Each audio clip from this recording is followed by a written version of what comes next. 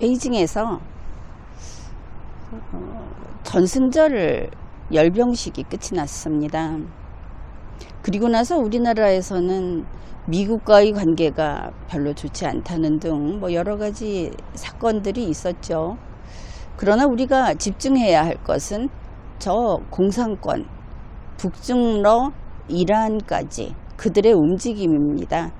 그래서 이번에는 그 전승절 열병식에서 우리가 읽어낼 수 있는 그런 것들을 살펴보겠습니다. 지난 9월 3일 우리가 그 북중러라고 하는 공산권의 종주국들이 중국 전승절 열병식에 모였습니다. 그때 그 직전에서 러시아의 신무기가 무시무시한 신무기가 있다 이런 게 나왔고, 또 시진핑도 자기들이 자랑하는, 그러니까 여러 가지 정말 가공할 만한 무기들을 공개했습니다. 끝으로는 로봇 개까지. 그래서 그 대단히의 군인들, 그들이 행진하는 모습을 보여줬고 이런 것을 봤습니다. 심각한 사건이죠. 그런데 그걸 보면서 우리 한국에서는 그 위용에 눌렸는지 역시 중국이 세계의 패권을 차지할 것인가 하면서 그쪽에 좀 기웃거리는 듯한, 기우는 듯한 이런 뉴스도 나오고 그랬습니다. 그런데 거기에서 우리가 봐야 할 것이 있습니다. 그러니까 제 아무리 국제적인 행사고 국제 정세, 정치에 관한 것이라 하더라도 우리에게는 이런 자원이 있는 것이죠. 동양의 역사를 같이 하고 동양의 문화를 같이 하는 사람들에게는 그들이 아무리 분단장을 하고 겉보기에 화려한 모습을 보여주더라도 실제 그들이 얼마나 보잘것없는지 그 약점들이 곳곳에서 보이는 겁니다. 우선 한 가지 이런 것을 이야기해 드리겠습니다. 거기에 시진핑이 있고 김정은이 있고 푸틴이 있었습니다. 그런데 다들 뭐라고 했습니까? 좌청룡 우백호 이런 식으로 누구의 오른팔, 시진핑의 오른팔은 푸틴이다 이런 뉴스 나왔죠. 그거 동양에 대해서 모르는 사람들이, 오늘날 우리 한국인들은 한국인이면서도 거의 서양인 같은 사고방식을 지니고 있어서 그 어떤 상황을 잘 읽어내지를 못합니다. 그러니까 이게 오른손, 오른팔, 그게 더 강하다, 그게 더 중요하다 이렇게 생각들을 하는데 그게 그렇지 않은 것이죠. 아주 중요한 사실을 우리 가까운 역사에서 확인할 수 있는데 조선시대에 좌의정과 우의정이 있을 때 누가 더 위였습니까? 여러분 생각과는 다르게 좌의정이 더 위입니다.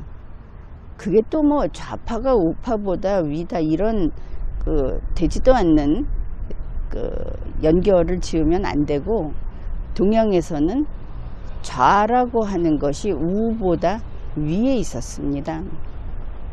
즉 그것은 여러모로 확인을 하면 확인 가능한 것이고, 이렇게 봤을 때 시진핑의 왼쪽에 있던 김정은이가 오른쪽에 있는 푸틴보다 더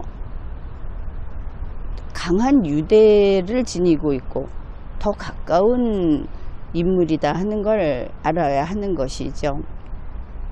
특히 사진 보도를 보면 중국의 사진 보도도 그렇고 북측의 사진 보도도 그런데 시진핑과 김정은이 얼마나 밀착되어 있는가 하는 것을 망설임 없이 보여주고 있습니다.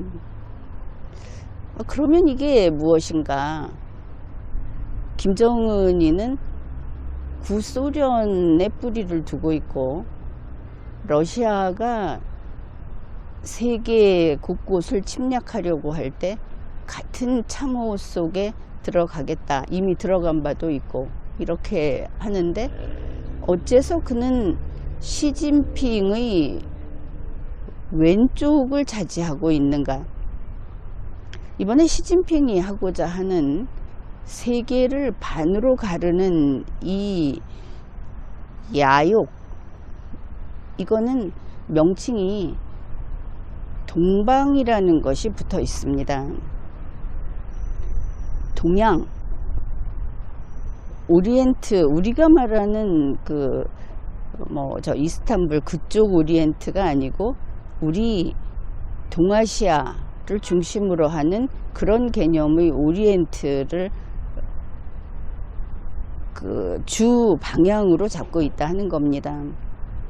그렇게 봤을 때 푸틴의 러시아는 같은 동방이 될 수 없죠.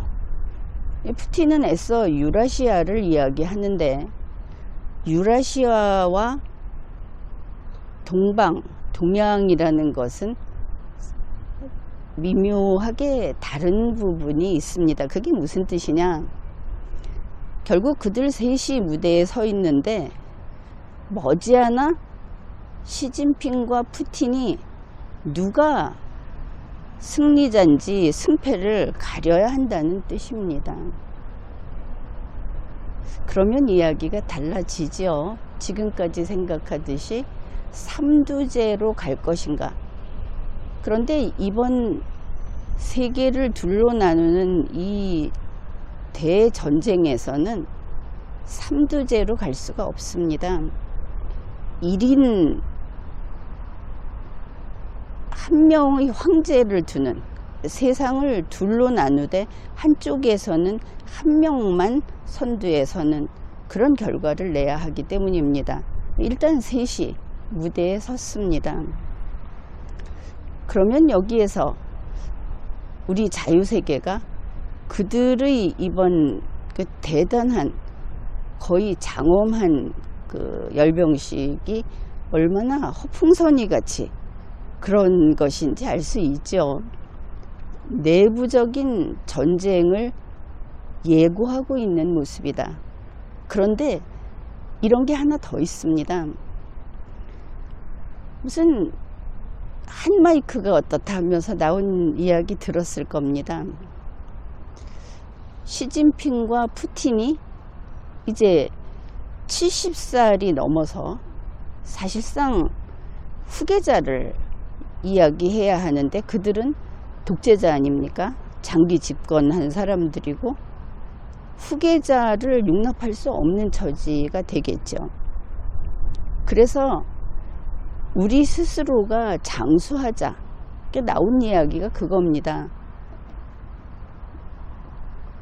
과학과 의학 기술에 의존해서 최대한 수명을 연장하고 안 되면 장기 이식을 반복해서 일단 150살까지 살자. 그리고 푸틴은 안 죽고 계속 갈 수도 있다. 이런 말을 했다는 거 아시죠? 그 말이 뒤집어 보면 뭐냐? 둘 다 생물학적인 종말을 우려하고 있다는 뜻입니다. 자기 자신이 그렇게 생명 연장을 하면 되느냐 하면 독재 국가에서는 그 독재 권한을 노리는 자들이 주위에 잔뜩이 있죠. 수명이 다 된, 그래서 그거를 연장하려는 독재자를 잡아 누르려는 새로운 독재자가 없겠느냐, 이런 겁니다. 지금 그들이 만들고자 한, 그들이 선포한 이 새 시대, 공산국가를 바탕으로 하는 새 시대는 반드시 그들 자신이 그 자리에 있어야 하는데, 시진핑과 푸틴은 생물학적인 능력이 이제 바닥나고 있다는 것을 보여준 겁니다. 그러면 김정은이는 웃고 있었을까? 국내에서는 김정은이가 딸을 데리고 와서 그게 후계자다, 이런 이야기들 있었죠. 뭐 아니어도 좋고 그래도 좋다고 합시다. 그런데 김정은이는 우리가 생각하기에는 연령상으로는 가장 젊은데 왜 후계자를 데리고 나타났을까? 거기에서 묘한 공통점을 찾을 수 있습니다.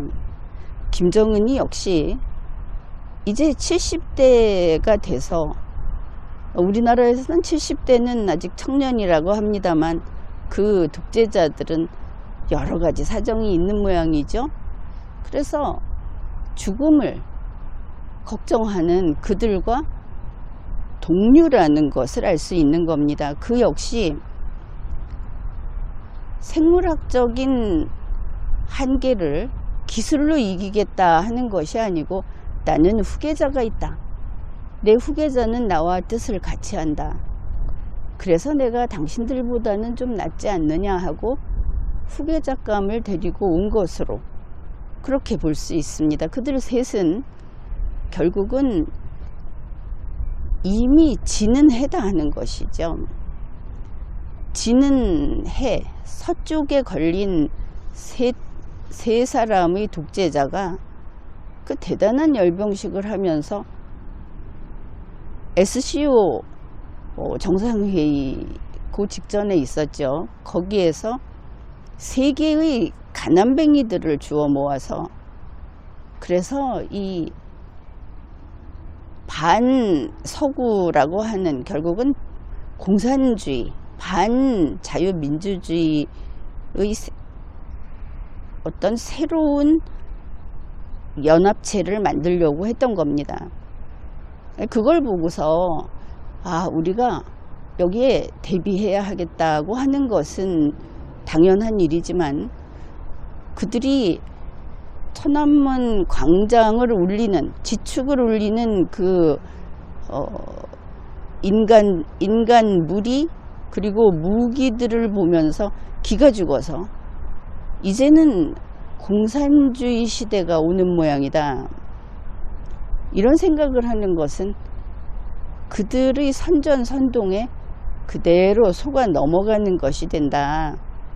자, 이번에 이야기한 것은 그들이 자신들의 가장 큰 한계가 더 이상 정치를 할 수 없다, 혁명을 할 수 없다는 위기감을 보여줬다는 겁니다. 또 하나는 시진핑과 푸틴은 둘 중에 하나가, 반드시 하나가 죽고 하나가 살아남아야 하는 그런 혈전을 할 수밖에 없는 관계라는 것이죠. 이번에는 이 정도 이야기 하겠습니다.